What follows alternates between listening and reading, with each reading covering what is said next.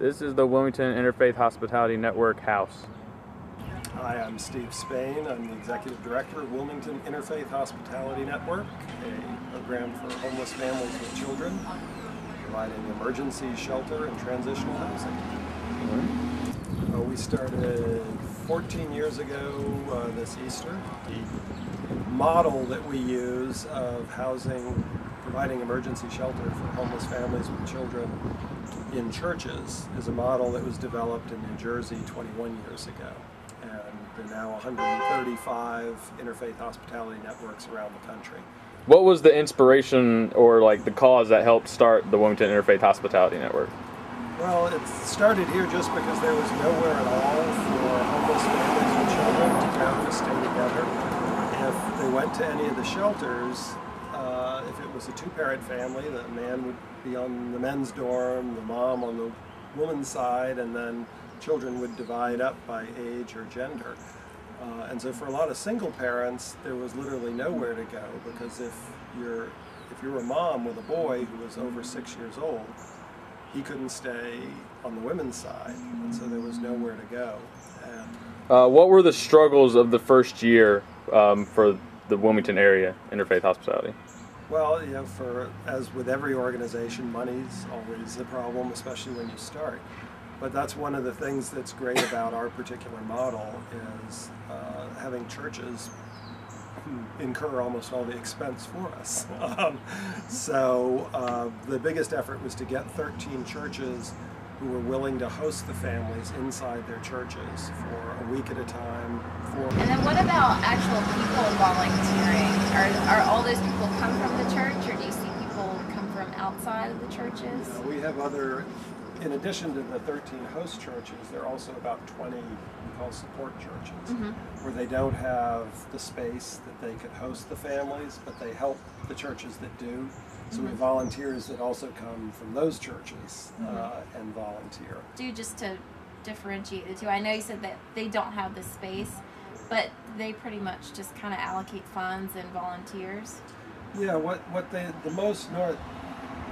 fix churches up. That's another part of our mission with Interfaith, is to make matches between different denominations, different faiths, because we think a lot comes out of that, people of different beliefs working together.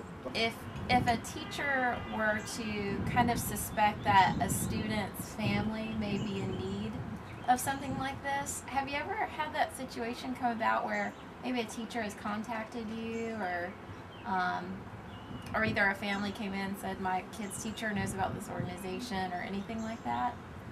We get a lot of referrals from it's most often the school social worker, because that's probably the teacher's first stop, is to go to the social worker and say, I've got concerns about this child.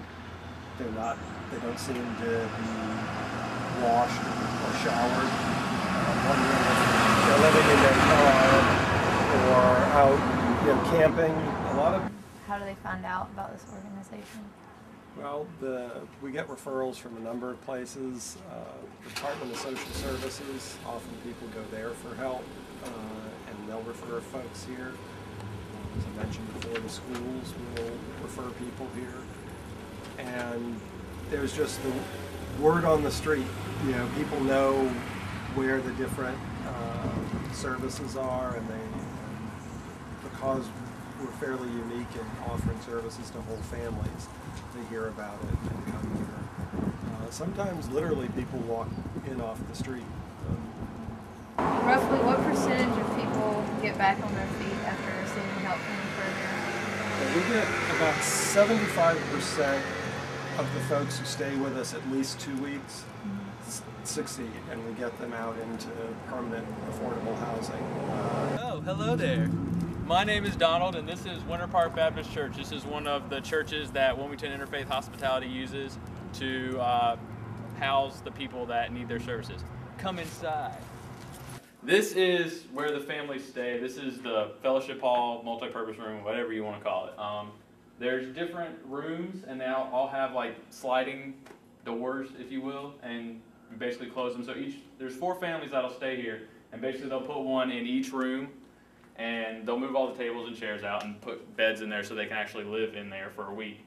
And then this is pretty much where they live.